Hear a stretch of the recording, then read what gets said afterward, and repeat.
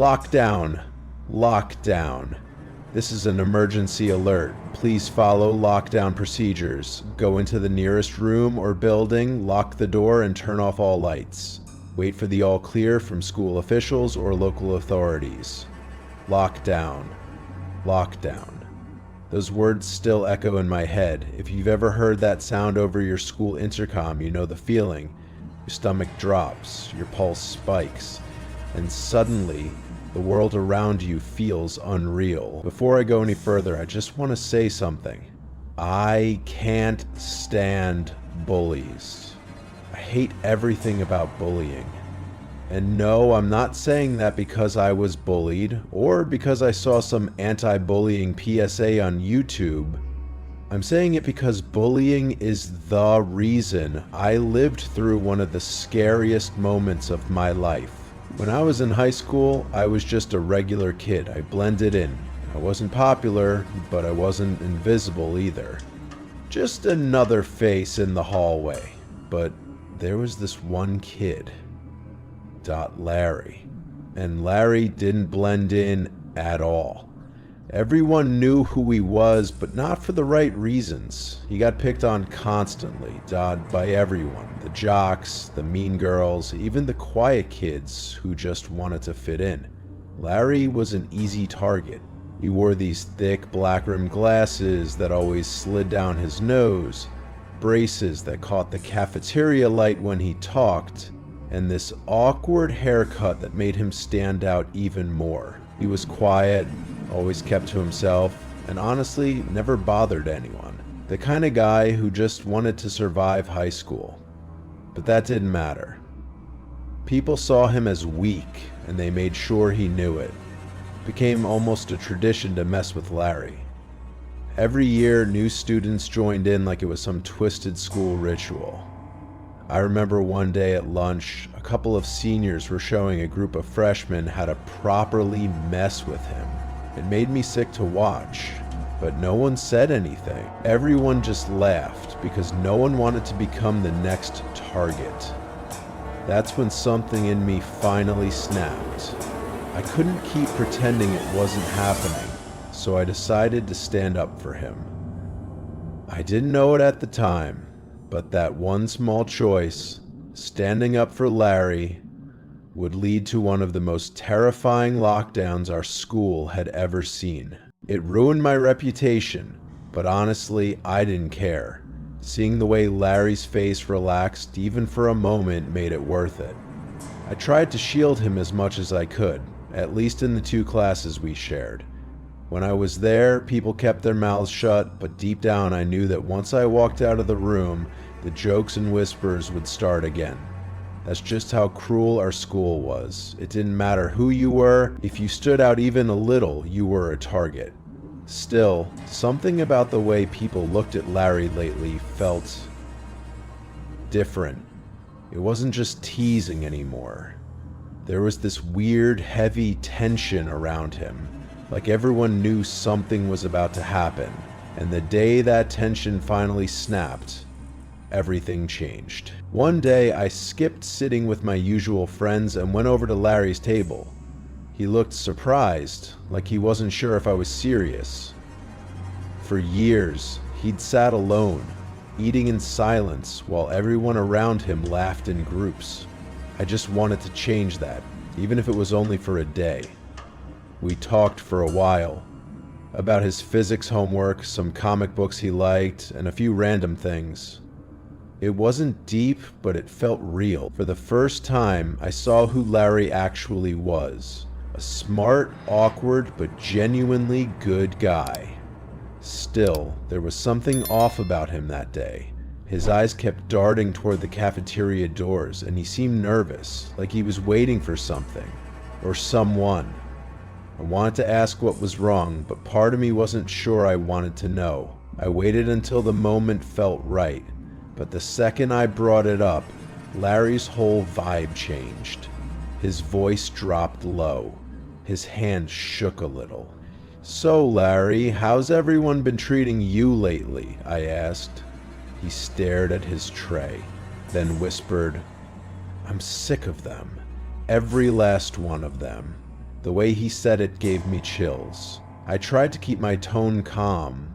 Well, what if some of them became your friends? He slowly lifted his eyes and locked them on mine. Are you my friend? He asked, almost like a challenge. My heart thumped.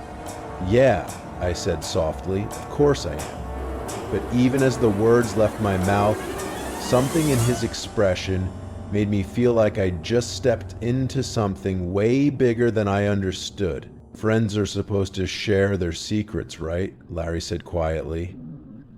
I laughed a little, trying to ease the tension. Yeah, sure. He leaned in closer.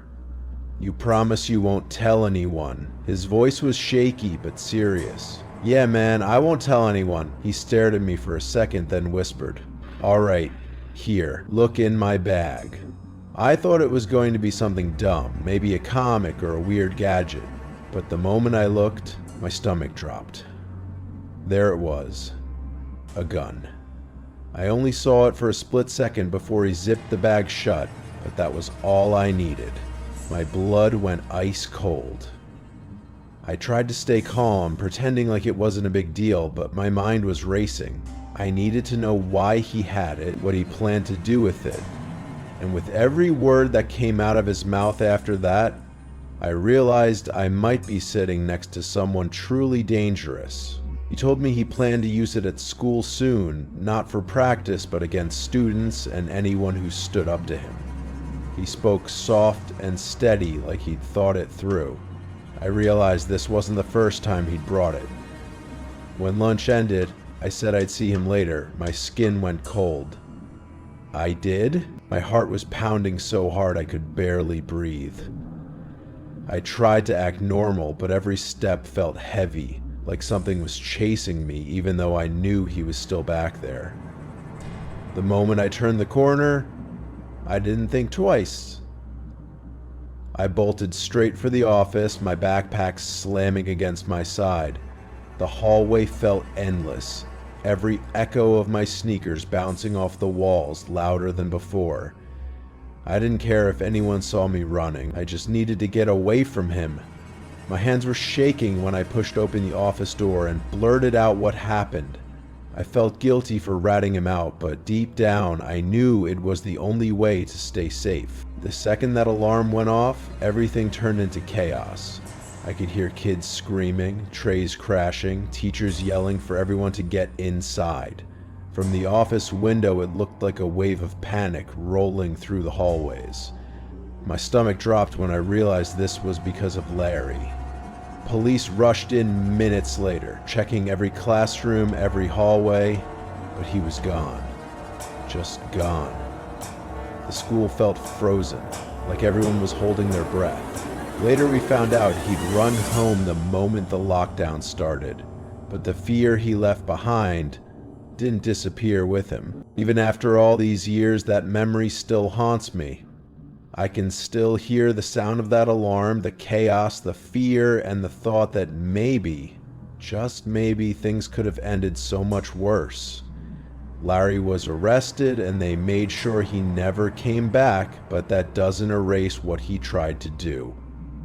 Every time I see another story on the news about a student snapping, it reminds me how close we came to being one of those headlines. I tell myself I did the right thing, but a part of me still wonders if he ever blamed me for everything that happened.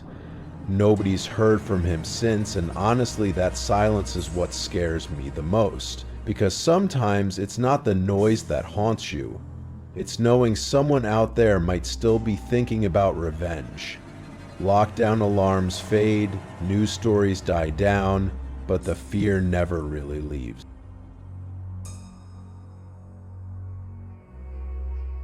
Go into the nearest room or building. That's what they always say when something bad is about to happen. But back then, I didn't know that voice over the intercom would soon haunt me. This happened right after spring break, when everyone was dragging themselves back to school, still half asleep and wishing the week off had never ended.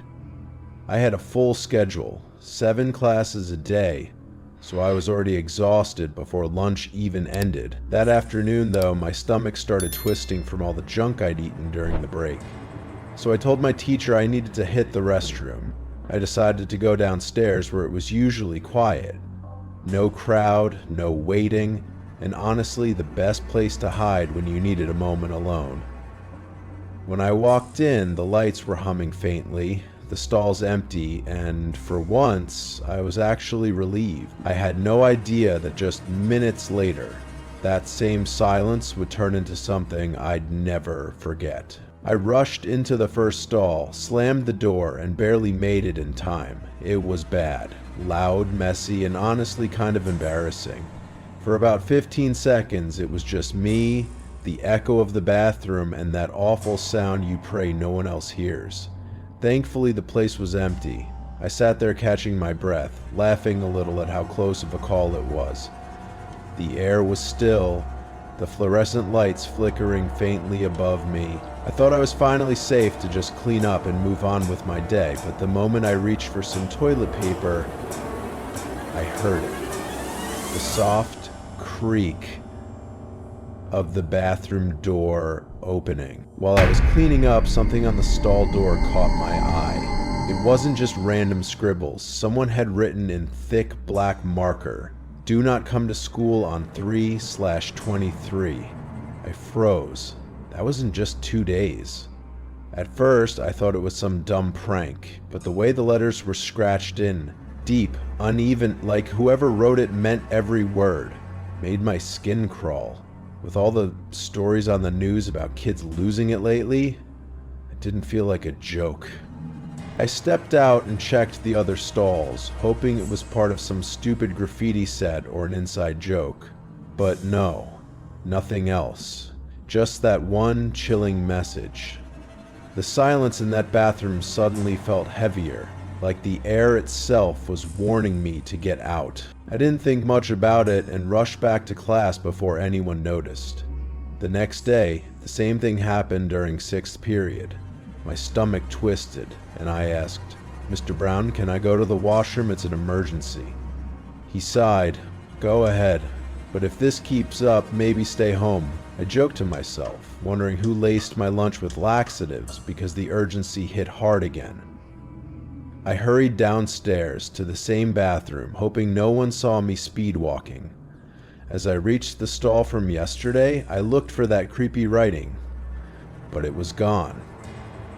Probably cleaned off by the janitor overnight. This time I went straight for the big stall, figuring I'd have more room to breathe.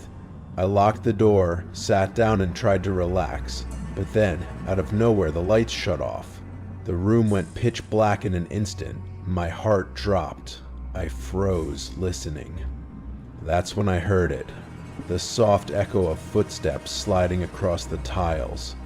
Someone had come in right before the lights went out, and now they were moving closer, slow and deliberate, like they didn't want me to know they were there. I went straight to the big stall this time, wanting a little space to breathe. I locked the door, sat down, and tried to relax. Then, without warning, the lights snapped off and the room went completely dark. My heart stopped. I froze, listening. The silence broke with the slow, steady sound of footsteps echoing across the tiles. Someone had entered right before the lights went out, and now they were moving closer. Each step dragging slightly, like they were taking their time. I couldn't see a thing, but I could feel that whoever it was, they weren't supposed to be there. I really didn't like doing my business in the dark, so I grabbed my phone and turned on the flashlight just to see where I was stepping. Once I finished, I left the stall and flicked the lights back on. But something in me couldn't just walk away. I had to know if that message was still there, so I checked every stall, one by one, until I reached the same one from before. And there it was. Fresh ink on the wall, new message. The handwriting was the same, only this time the words were different and somehow even worse. When I saw those words, "I'm going to mess up the school," my whole body froze. I I didn't want to be the person who snitched, but what if I said nothing and someone got hurt? I decided to tell the office, praying I was just overreacting. Within minutes, the school went into full lockdown, police everywhere, parents getting calls, sirens echoing down the halls. Hours later, they said it was all clear, but that night, I couldn't sleep. The message had mentioned March 23rd, just 2 days away, and I kept wondering if the real nightmare was still coming. Nothing happened in the end, but they never found who wrote it.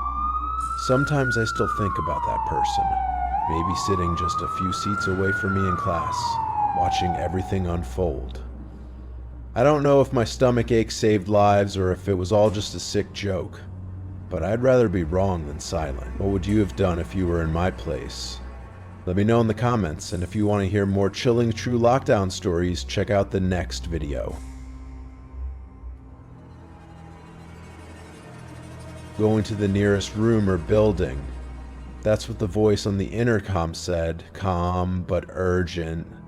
The kind of tone that makes your stomach twist even if you don't know what's going on. What I'm about to tell you happened years ago, back when I was in high school. I won't say where, just to keep things safe, but I played on the boys' volleyball team. Practice usually went late.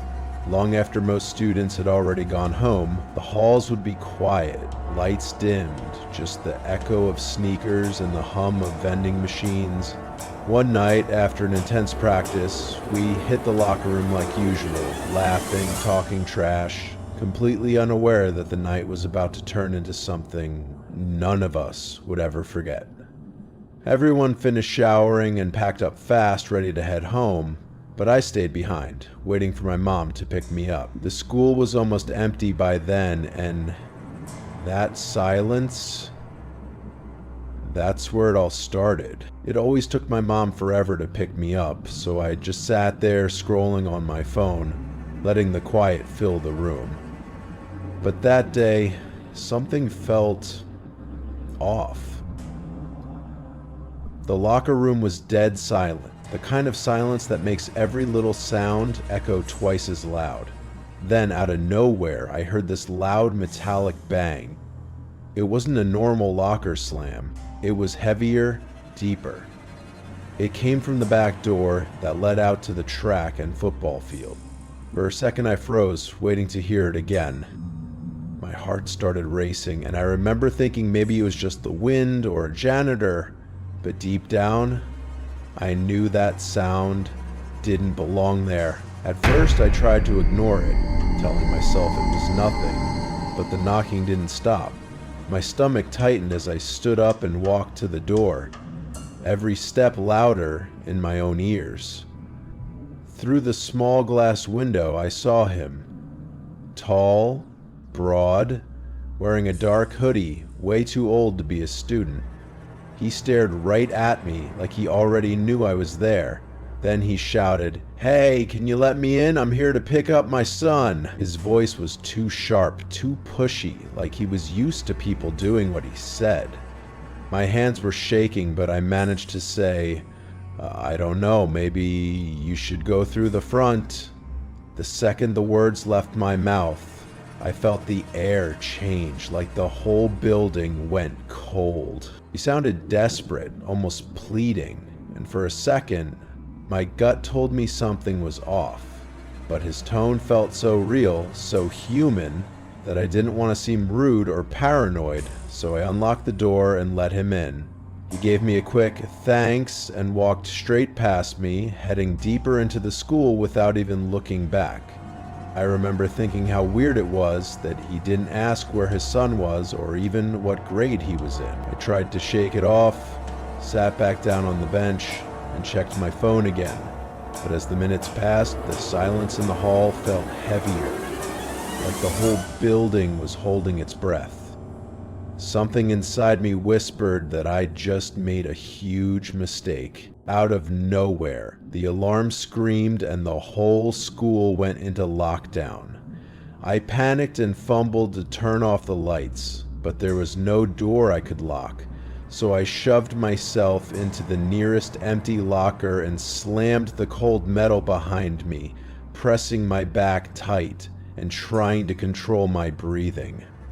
Screams and shouts bounced down the hall like thunder, and my heart felt like it would tear out of my chest. Footsteps pounded closer, and I peered through the slits, thinking it was another scared kid. But then the man I had let in earlier burst through. His hood was up, a mask hid his face, and he held a huge machete that looked wet. He started screaming and slashing lockers at random, metal screeching, and I felt myself go numb. He walked right between the rows, stopped in front of my locker, and stared straight through the same slits I was looking through. I gripped the door with shaking hands, barely breathing as he slammed and slashed, yelling that he knew someone was inside and that he wanted them out. He screamed threats so close I could feel the heat from his voice, saying I was dead if I came out, and I prayed quiet, desperate prayers. That someone would find us or that he would leave.